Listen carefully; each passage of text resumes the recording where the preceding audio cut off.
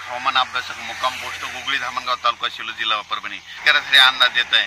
कारण की काय झालं की आता सगळ्या शेतकऱ्याच्या हळदी काढणं चालू आहे, कांदा काढणं चालू आहे, पण काय झालं राज्यामध्ये अवकाळीनं इतका धुमाकूळ घातलाय म्हणून हा अंदाज लक्षात घ्यायचा। म्हणजे आणखीन शेतकऱ्याला सांगतो की 25 आणि 26 आणखीन 3 दिवस आपल्या परभणी जिल्ह्यामध्ये, जालना जिल्ह्यामध्ये, हिंगोली जिल्ह्यामध्ये आणि महाराष्ट्रामध्ये तुरळक ठिकाणी अवकाळी पाऊस आहे म्हणून हा अंदाज लक्षात घ्यायचा।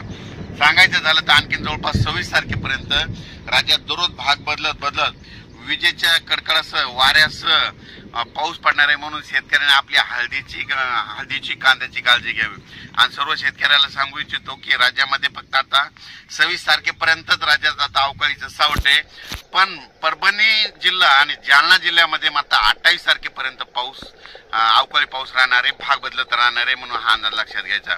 आणि शेतकऱ्याला सांगतो की त्याच्यानंतर 28 तारखेपासून इतकी उन्हाची तीव्रता वाढत जाणार की राज्यात उन्हाचा पारा जवळपास 45 अंशापर्यंत जाणार आहे।